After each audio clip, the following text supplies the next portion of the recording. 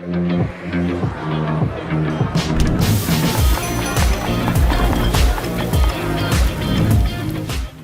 to Season 3 of Titans of Food Service. I'm your host, Nick Portillo, and I'm thrilled to continue our journey across America in 50 weeks, where I'm interviewing a Titan of Food Service from every state in the country. And on this episode, I'm going to be shining a light on the state of Connecticut. And to do so, I'm going to be joined by the incredible Michel Nischan. Michel, he's a 4-time James Beard Award-winning chef, and he has over 35 years of leadership in advocating for a more healthful and sustainable food system.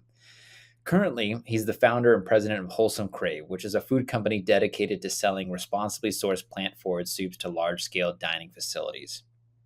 He's also the co-founder and executive chairman of Wholesome Wave. And on the episode, we're going to talk about Wholesome Crave and Wholesome Wave. Wholesome Wave is a nonprofit organization focused on food equity. His impactful work, it extends to co-founding the James Beard Foundation's Chefs Boot Camps for Policy and Change, and he is also a partner with the late actor Paul Newman and the forming of the Dressing Room Restaurant. Michel's advocacy has been instrumental in shaping food equity legislation, along with his Wholesome Wave partner, the late USDA Undersecretary Gus Schumacher. Michel played a key role in securing $100 million. That's right, $100 million for food insecurity nutrition incentive grants in the 2014 federal farm bill. This program has since expanded to $250 million and has become a permanent fixture in future farm bills under the Gus Schumacher Nutrition Incentive Program, making fresh, healthy food more accessible for low-income Americans. Incredible. In our conversation, we're going to explore his journey in the food business, from leading impactful food initiatives to making significant legislative changes that promote food equity across America. Also going to talk about his experience working in restaurants, working within hotels, and some of the unique and interesting people that he's met, and also mentors that have helped him along the way. But before we dive into that, I wanted to take a quick look at the unique food service scene in Connecticut. So Connecticut is known for its rich culinary heritage. It's also home to a variety of iconic eateries, from the legendary Frank Pepe Pizzeria Napoletana, famous for its coal-fired pizzas, to the classic seafood shacks along the coast, serving up fresh New England clam chowder and lobster rolls. Connecticut's food scene is a true reflection of its history and regional pride. With over 8,000 restaurants across the state, Connecticut's food service industry contributes significantly to the local economy, supporting a vibrant community of chefs, just like Michel, restaurateurs, and food enthusiasts. So with that, let's go ahead and welcome Michel. Michel, welcome to the Titans of Food Service podcast. I appreciate you taking the time to join me. Thanks, Nick. My pleasure. It's good to be here. Yeah. So we're talking a little off camera about just family history and whatnot, and I told you that I was Scottish, even though I didn't realize I was as much Scottish as I was, and just kind of funny how our family history and things like that. And one thing that's richly entwined with any country of origin or any ethnicity or whatever it may be is food, which is what we're here to talk about today. So talk to me. How did you get into the world of food? Well, it's funny because I was in the world of food when I was a kid, because my mom and dad sent me, my older brother, and we met a bunch of our cousins, and we used to work what was left of my grandfather's farm in southeastern Missouri. So he had hogs, goats, chickens, watermelon, root crop, sweet corn. It was a pretty good size operation. So, driving transplanters and shit spreaders and, cleaning tending to animals and vegetables and everything like that, but also, taking the life of the animals, and then canning, pickling, curing, preserving, all that stuff I was exposed to my entire childhood until my grandfather passed when I was 17. At the time, I didn't think it was unusual, unique. I thought it was something that most other American kids must have gone through too. I just assumed. But it was actually when my parents kind of fell on hard times when I was graduating from high school. My older brother and I had to move out of the house. And my mom is like, Michel, you're a great cook. Let's look in the advertiser and in the papers, and let's get you a job in a restaurant. You'll get a meal a day and a paycheck. 40 years and 4 James Beard Awards later, here I am. So, Wow.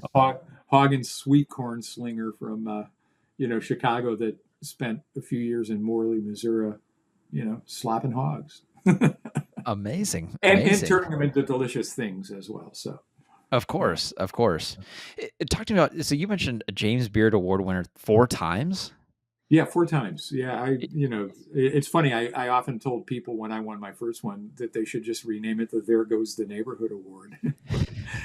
Yeah, I was lucky. It was a lot of it actually kind of began in the early 2000s after I had done my first kind of notable restaurant concept. I mean, I was being recognized by groups like Chefs Collaborative and the Beard Foundation. Early on as I was coming up as a chef, once I kind of moved out to Connecticut. But it was really like in the 90s, I did this restaurant of well-being with Drew Nieporn. I actually had been the chef de cuisine at Tribeca Grill for Drew. And we started doing consulting gigs with interstate hotels, doing restaurant freestanding style independent operator restaurants in hotel restaurant spaces to improve hotel food service, and we were really successful at it. We really were. The Myriad Restaurant Group was a pioneer in that space. So when Starwood Lodging started, Barry Sternlicht poached a bunch of interstate expats to run food and beverage for the W brand. They reached out to us again and said, "Would you guys come in and run 100% of our food and beverage?" So I was actually the executive chef and area managing director for like the first 5 Ws that opened in the city. Wow. And that work was in reaction to my son Chris having type 1 diabetes. So I did this. Before that, I was known for in doing local, organic, sustainable, supporting heirloom hog farmers, chicken, goat farmers, grass-fed beef producers, heirloom vegetables and stuff to the extent that I could, because the supply chains back in the early 80s to the early 90s were a little bit challenging when it came to that stuff. But pretty much solved my supply chain stuff by the Heartbeat days. But I did that restaurant because my son Chris was diagnosed with type 1 diabetes. We significantly changed the way we were feeding our family at home because he Yeah. was 5 years old. He had a whole life ahead of him, and food would have everything to do with his life expectancy. So I was thinking there were things at the time that science was saying you shouldn't be feeding people, right? Your son. So how can I feed my customers things I wouldn't feed my family? So I created this restaurant of well-being called Heartbeat that generated a cookbook called Taste Pure and Simple, which was on Oprah, and that was my first James Beard Award. Was that, and then there were a few that I was lucky enough to get after that. But it all started kind of back then, and Heartbeat was the springboard of it. Incredible. What a cool story. So I you're think. so back in the 80s and 90s, you're focused on local, organic, sustainable. You go work Mhm. for restaurant groups like Myriad Restaurant Group. You start with the original 5 Ws, which is, I mean, that's a huge name. I mean, I'm here in California, right? Born and raised, and I know what I mean, they're all over the place. Yeah, we, So, we we we did the W in San Francisco when that opened. oh, did you So really? Was that one yeah, of the original Seattle. 5? Yeah, no, it wasn't. But we consulted on the restaurant work there as well because we had Rubicon there. Tracy Desjardins was the opening chef there, and that was a well-known. So we had assets on the ground, so it was an easy pickup for us. How would these groups and restaurants and concepts, how would they find you? Or how did you have that network or connections to these people? Well, the interesting thing, I have to credit Interstate Hotels. I Yeah. actually worked for them for a short period of time. It's how I got my business education was working for them. Having a farming background, knowing how to butcher and cure and pickle and make really delicious food. So I worked in a lot of independent restaurants in Chicago, really good ones, Mhm. and then got poached by Interstate Hotels because I had a short stint at Hyatt, and one of the chefs there became their corporate executive chef, and he's like, "We want to kind of break the mold on hotel restaurants." So I worked for them for about 5 years, and I was reluctant to go because I'm like, I'm really loving the independent restaurant thing because I can Mhm. actually pay farmers to grow different varietals of tomatoes for me, which the controller won't allow me to buy if I'm working for a Mhm. hotel. Yeah, I'm not going to ask like a 3-acre tomato farmer to have $2 million worth of liability insurance. Sure. uh, so I was reluctant, but he knew I was lacking the business acumen. I mean, I could lead teams, I could cook delicious food, but all I knew about controlling labor was if it was slow, you take turns sending different people home early. It's like Right. zero-based forecasting and extended schedules. I knew nothing about that. So he's like, I'll tell you what, you come out and help me open these Marriott hotel restaurants as we're growing our company. And we'll provide you with this Marriott training. They had these management development modules that Bill Jr. and Bill Sr. had developed in partnership with Cornell. And Okay. Bill Sr.'s idea was anybody, whether they start as a housekeeper, a bus person, whatever, should be able to work their way up internally with the resources and the talent that we have to general manager, right?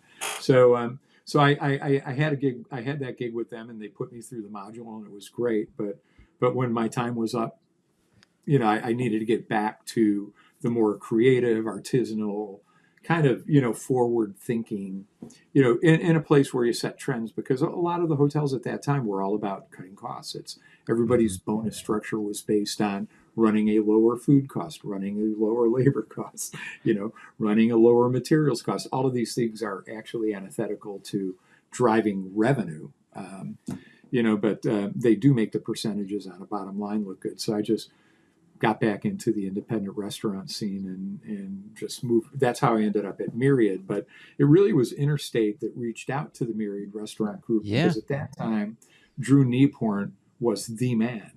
I mean, he had in the mid 90s, I think it was the 95 Beard Awards, they took Rising Star Chef of the Year, Tracy Desjardins, Best New Restaurant, Best Wine Program. Just like they won like 6 Beard Awards. So Myriad, not knowing that I had taken a job with Interstate, reached out to Drew and his partner Michael Bonadies and set up a meeting at Tribeca Grill. And Bonadies knew that I had worked for the Myriad Restaurant Group, so it was Don Stanzik and Don Meredith, who great guys who ran the F&B at Interstate. And Bonadies walked me into the room to introduce me, and they're like, "Oh my God!" Like, and Stanzik's like, "Yeah, we had this guy. We wouldn't listen to him, and then we let him go, and now we're going to have to pay him triple." When I was, no, I'm joking, but that's it. They actually sourced the Myriad Restaurant Group because Yeah. Myriad was really putting forth some of the cutting edge restaurant concepts of the time. Demystifying fine dining. I don't know if you remember Montrachet Restaurant, Mhm. perennial 3-star New York Times restaurant in Tribeca French restaurant, where it was okay to go in and buy, like $1,000 bottle of 66 Lafitte and be wearing jeans, not to have to dress up in it, that kind of a thing. So, they these guys attracted that, and I think Interstate figured out if we do management contracts and farm the food and beverage out, maybe we can start to see some revenue in our food and beverage outlets. So that's how Yeah. it came to be. It really was just the universe kind of coming together at the right place, having me at the right place in the right time. Yeah. I'm always so curious, working for large restaurants or hotels or whatever it may be. You mentioned Marriott going through their modules, but with the background that you have, like being locals, sustainable. When you work in a restaurant within the W or within a Marriott or within one of the hotels you've been in, do you mirror the food, the menu, the experience off of like the local city, like be part of the culture that's you mentioned Tribeca being the part of the local culture there in Tribeca, or how does that kind of work? Well, sometimes yes, but most times, honestly, no, because Yeah, I think like Pittsburgh, right, home of the pierogi, the American pierogi, right. sure. Uh, I'm not going to insult somebody in Pittsburgh by coming in with an upscale restaurant concept and try to figure out some kind of an upscale pierogi. I had a restaurant project in India and had some real tension there. It was in partnership with Taj Hotels. It was very much based on heartbeat, because Ratan Tata was eating at the restaurant and fell in love with it. And then, through Shep Gordon, who's a dear friend of mine, was on Ratan Tata's board, reached out and said, we want something very much like this in India, because was a restaurant of well-being. Half of it was fully plant-based, no analogs, just, you can make delicious plant-based food and Sure. get people all the protein they need without having to have tofurkey on the menu, so, but, it was, half of it was plant-based, because I knew restaurant of well-being, we would be getting, a lot of vegetarians and vegans. Also, if you really want to say that you're cooking for well-being, people should be eating more plants and less animals, not no animals. I'm by no means a vegetarian or a vegan, but it's important, and that's what Ratan Tata fell in love with. And then we had a tea program. We had a tea list, almost the size of our wine list, because I knew if we were a restaurant of well-being, we'd be getting people with liver transplants and blood disorders and things that preclude them from being able to take alcohol. How do you provide a curated food and beverage experience for them?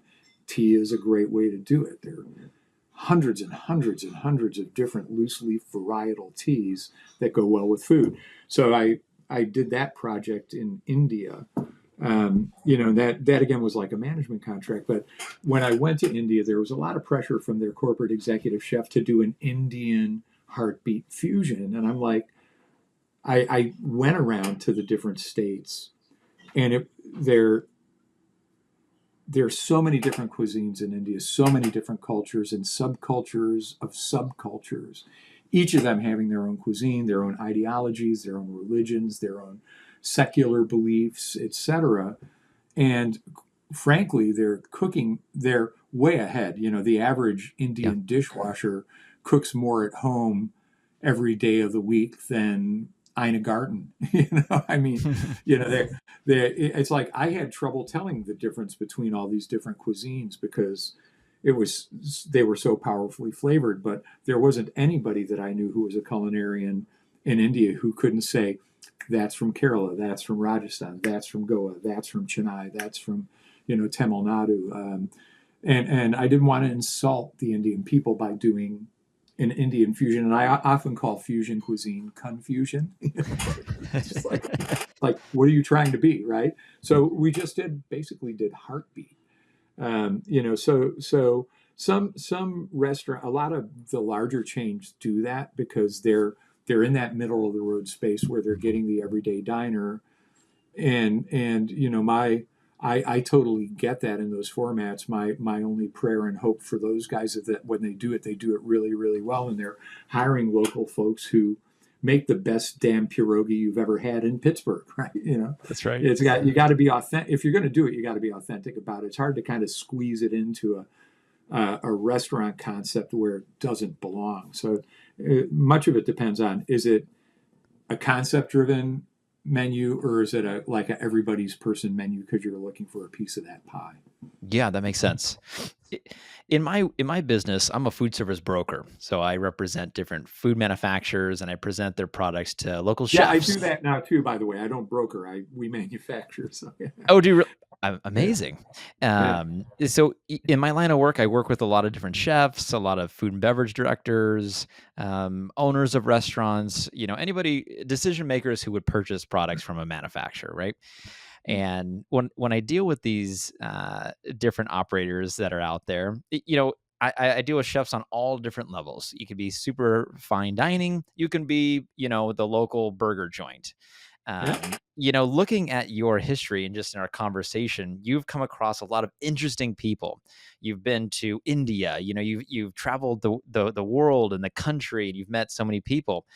Is there anybody that, and I'm sure that maybe there's more than one, but maybe somebody that sticks out to you that was like a mentor to you, and maybe some advice that they gave you that has helped you become who you are? Because just listening to you and the background that you have, you've created a special place in the food world, and I'm just curious how, if someone has helped you along the way.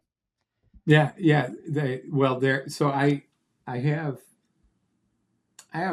there's actually four. Yeah.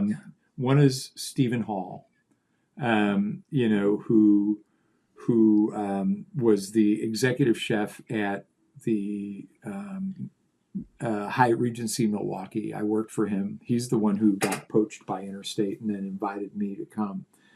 And his thing was, Michel, you're really good. You're really, really talented, but you need to make, you need to be able to channel your talent into making customers happy instead of using your talent and your curiosity to create things that intrigue you.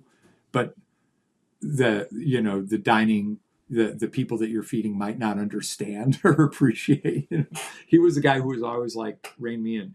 And because of him bringing me to Interstate, there's this Jewish food and beverage director, Bernie Shimmerman, who was one of my all-time favorite humans, who used to refer to me as Boychik, affectionately. And he was the F&B at the Trumbull Marriott. That's the first hotel F&B outlet that I opened, and then we both got transferred. He got transferred to the Boca Raton Marriott and demanded me to open that one. I was slated to open another, but they changed it because Bernie had that pull, and he was the one who told me to be curious about everything and all cuisine, and he knew I was very personally passionate about South Central Midwestern country cooking that a lot of people see as another form of soul food.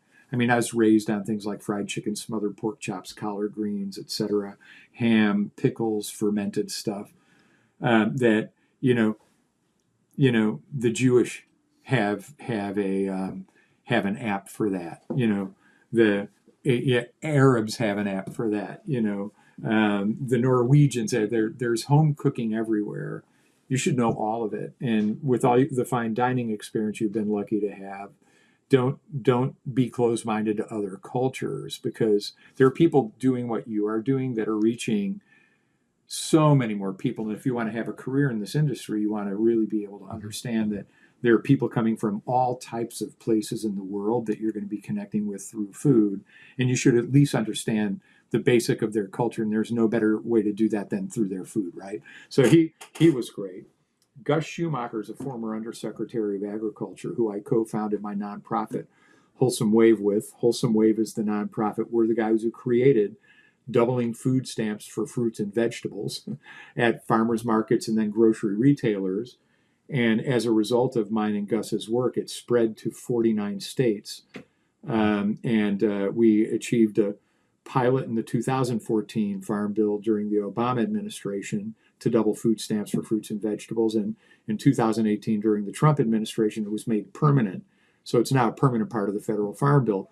Gus is the one who taught me how to actually use the communication skills that I used on my customers, because as a chef and as an operator, and this as a broker, sales, if you don't really make an effort to genuinely know all of your different customers and respect and meet them where they're at and be able to have really open conversations, regardless of their ideology or whatever it is, you got to be welcoming to everybody, right?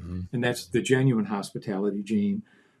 He's like, that can be translated into convincing decision makers like lawmakers why something might be a good idea or a better use of taxpayer dollars. So he taught me the advocacy piece, which led to me co-creating the James Beard boot camps for policy and change. But the funny thing about Wholesome Wave is that we got the funding from my fourth mentor, who was the late actor Paul Newman, who was my partner in a restaurant called Dressing Room. No way. Yeah, in Westport, Connecticut. It was my favorite restaurant ever of all time, because it was the only one where I was able to do 100% of what I had always wanted to do. I did my journey with Heartbeat and Pure in India, and was getting farther and farther away from my root cuisine. More science came out. Like when I started Heartbeat, it was science of assumption because they hadn't done the studies yet. The obesity epidemic was just beginning to be named. So the only thing we had was consumption data. So when we looked at what everybody was eating, why are Americans 30% more obese than the rest of the developed world? Oh, wow, look at this. Americans have 30% more fat in their diet. So fat must make you fat.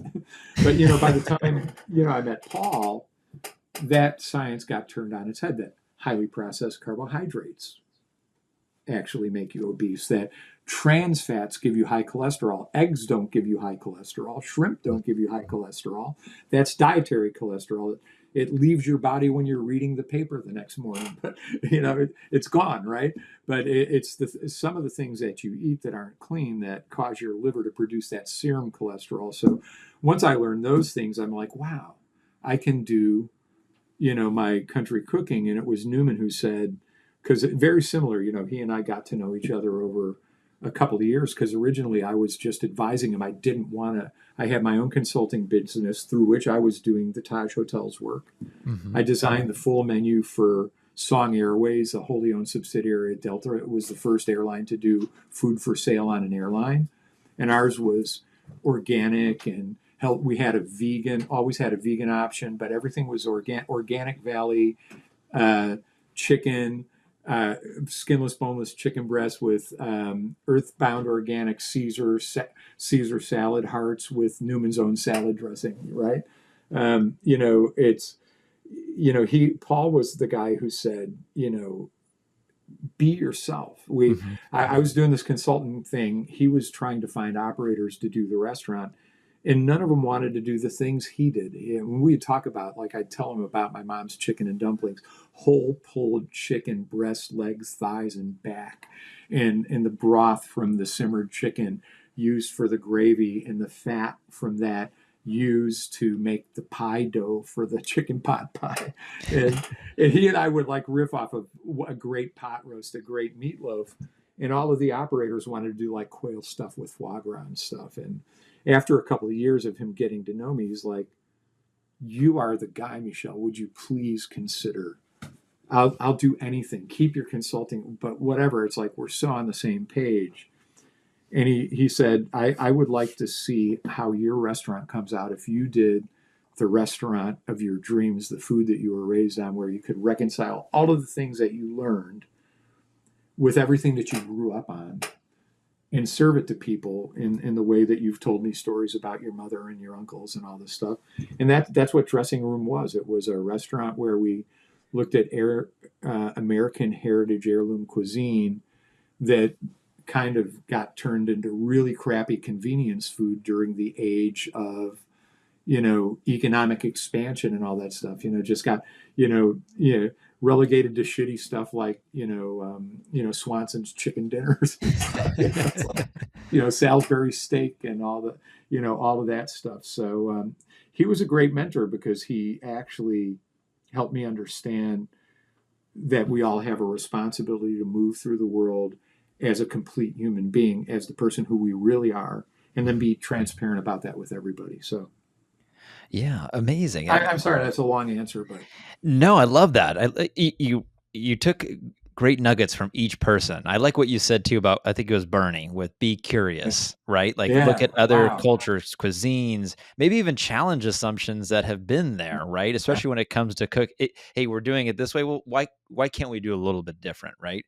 yeah. And I like, I can tell just from, you do have that, that ability to be curious and think differently. And I want to know more about this dressing room restaurant. Um, Oh, sure. you know, where is that at today? Well, so Paul passed in 2008, Yeah. within 2 weeks of the stock market crashing. So we thought our goose was like double cooked. Yeah. It was so funny. We, like everybody, our business went down significantly, for a few weeks, but then our business started coming back. Sure. But restaurants around us over the next several months were like closing, and we were getting phone calls from our customers saying, "Are you okay? Um, we're not going out as much, but we're coming to you guys because we know when we come to Dressing Room, we're not just supporting what you guys are doing. We're supporting Woozy Wickfer and her eggs. We're Yeah. supporting David Hughes from Stonebrook Farm and the Red Devon cattle that he buys. The way we got all of our local food delivered, because back then that was like, 2006 when we opened, you still couldn't get local food delivered. So the way we did it, Mm-hmm. the restaurant was on the parking lot, was on the same compound as the Westport Country Playhouse. The Westport Country Playhouse was our landlord, had a 230 space parking lot, So, when we wanted to have 100% local food, the way we got it delivered was we opened a farmer's market and made a fee-free farmer's market available to 24 Connecticut growers to come to Westport, Connecticut, where people really will pay a premium for your heirloom tomatoes. And then we could just roll the speed racks out every Thursday and get enough stuff to get us through to the next Thursday. It was pretty Wow. cool. So even though Paul passed and even though we went through that horrible economic downturn, Yeah. the restaurant continued to thrive. And it really was at the end of 2013. Our lease was up. Our negotiations with our landlord were not going well. They were very similar to what Danny Meyer went through with the landlord at Union Square. And then he just finally said, screw it, I'll move. And he Hmm. did. And he's as busy as ever. And they haven't been able to replace his restaurant with anything similar, right?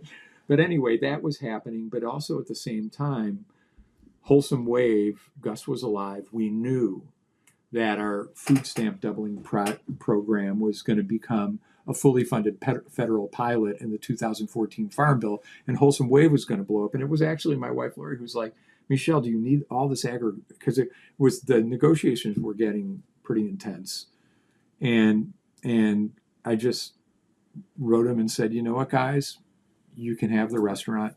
Lease is up. Hmm. We'll turn it over. We'll mark what's ours. We'll mark what's there. We'll do the walkthrough together. We'll leave you in great shape. And just decided to go all in on the nonprofit work, Wholesome Wave. And then over those next several years, really made remarkable work. In 2014, we were in 26 states. And by the time we got the program permanently embedded in the federal farm bill, we were in 49 states, had launched a fruit and vegetable prescription program, which is now being considered for health policy in the United States, having Medicaid pay for healthy food for low-income Medicaid patients instead of paying for each individual's dialysis at $100,000 a year per patient. Things like that. So I was really into that. But then to support the work of Wholesome Wave over time and getting the itch to cook again, I did create Wholesome Crave. That's this logo here. Yeah. It's a plant-based food company. We're starting with soups, scaled food service, so not CPG, but we sell into, CNU, College and University, Hmm. UMass Amherst, UC Davis Health, UC Santa Cruz, UC Berkeley, large employers like Google, Amazon, LinkedIn, stuff like that, and then proceeds similar to the Newman's Own model. When we sell into those environments, a percentage of gross revenue proceeds support the work of Wholesome Wave, because Wholesome Wave, like Newman's Own Foundation, owns the IP to the name Wholesome Crave and then gets a tax-free gross revenue royalty. So it's better than 1% to the planet, but you don't have to go through the arduous process of being a B Corp. You can literally just have a nonprofit own the IP to something, license it from them, and give them tax-free gross revenue royalty, and it's cleaner. And just easier to manage. So that's what happened to Dressing Room. The lease was up. Yeah. Wholesome Wave took center stage. I so love the work at Wholesome Wave, and we're going to continue to do even more things. There are all kinds of problems in the world that can be fixed through the power of delicious food and advocacy. And Wholesome Crave is going to play an important role in that. We're young. We're still, relatively new, but we have great hopes. That we can prove that manufacturing can be done differently, and so can philanthropy. Amazing. So you've worked in restaurants, you've worked in hotels, you've done advocacy work with the government, you've worked with Paul Newman and the Newman's Own Foundation, you've traveled the world. What's next? What's something that you still want to achieve in your lifetime that you have not yet achieved? you know, I no, I just I'm of kind of like of a thought process, or kind of like the cloth of like my grandfather on my mom's side, my mom, and it's just like you do what you can do for as long as you can, and just Hmm. try to be the best neighbor to everybody that you possibly can. And if you come up with cool stuff, share it. Because cool stuff is something everybody should be able to do. But just I don't know. I think I've accomplish things, but I think there's just so much more that can be accomplished. And I just believe in the power of food. And what I don't do is like, I don't, I mean, we have BHAGs, right? We do like with Wholesome Wave, if Medicaid, instead of, using almost half of the $670 billion a year budget to treat non-traumatic limb amputations from diabetes, dialysis, kidney transplants. It's like if even a fraction of that, 10 billion, Mm-hmm. could go to healthy food for low-income people, the obesity epidemic would be greatly cut, and millions of lives would improve and be more productive and happier, and maybe there'd be less violence. There'd be less, I don't know. I want to see things like that. There's not a specific thing, I just, and I'm, some of it I'm seeing, so I'm super optimistic, because when I started like with Chefs Collaborative, I remember having meetings, because when there would be an economic downturn in our restaurants, those of us that were doing local, sustainable, artisanal, you know, our restaurants did very poorly because we were more expensive than others, because we were paying a higher cost of goods, right? Mm-hmm. And people were just, they didn't get it or believe it enough to want to continue to pay more, even though they could afford to. And I remember a bunch of my colleagues back in like the late 80s saying, this is early 90s, this is so depressing. It's like we're doing it for future generations. I'm like, wow, we're doing it for future generations. Awesome. Let's do that. Right. Yeah.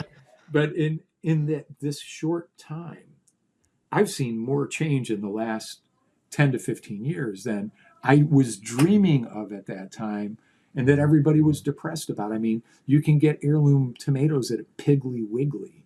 Yeah. You can, I mean, they're everywhere, right? So many more people now are aware of Berkshire pig and heirloom breeds of animals. And, it just, when we started, I think there were like, 1,200 farmers markets. Now there are 12,000 farmers markets. It's people are aware that what you put into your body has a profound effect on you. So people are becoming a lot more aware of why it's important to be more careful about the ingredients you choose. You don't have to be a purist, but you can make decisions in your life that not only improve your own life, but improve the lives of people growing the food or curing the meat or whatever it might be. So I think we're moving in a very, very good direction. I just Yeah. want to carry my ball as far as I can. Honestly, it's pretty much that simple, I guess. Oh, I love it. For those that are listening along, what's the best way to, if they want to connect with you or meet you, how do they do that? Well, we have, so wholesomewave.org Okay. is the nonprofit, wholesomecrave.com is the for profit. We have really awesome folks in both organizations who capture emails, on both websites, and stuff. I have chefnischan.com, and I'm really lousy at keeping it updated and stuff, but there's some cool recipes in there and everything. But yeah, just and then I do Instagram, and that's about it, because it's like, I have trouble with LinkedIn. I think you reached out to me, and took me like forever to get back to you because I forget to check it. Right. Yeah. But just Michel Nischan, and that's my Instagram account. And, folks can DM me there if they want to get directly in touch. It's kind of the easiest way to do, because I move around a lot. My motto is, it's hard to hit a moving target. It's very true. It's very true. Well, Michel, thank you so much for doing this. I really appreciate you taking the time and coming on and talking with me. And I love your story, and I think it's going to resonate with a lot of people. So thank you so much. Yeah, appreciate it, Nick. Good to meet you, man. And thanks for having me on. All right. Appreciate it. Thank you.